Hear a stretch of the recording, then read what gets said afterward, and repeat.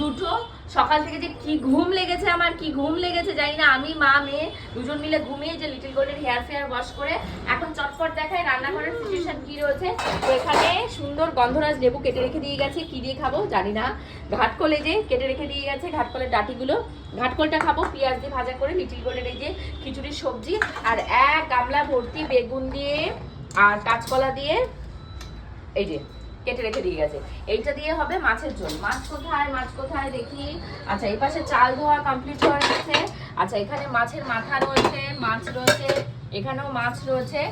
আর এখানে কি আছে দেখি, এখানেও মাছ রয়েছে, এখানে মাছের ডিম আর তেল রয়েছে। তো আমি এখন কি দিয়ে কি করব আমি বুঝে পাচ্ছি না। আমার বিশ্ব ব্রহ্মাণ্ডের এরকম করে ঘুরছে, কি দিয়ে কি রান্না করব, কি দিয়ে কি তোমাদের বপুদাকে খাওয়াবো।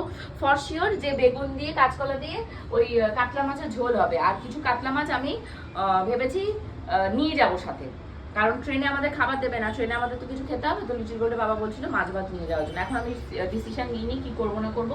তো চলো রান্না বান্নাটা শুরু করি। 2টোর সময় ভাত বসাবো আগে।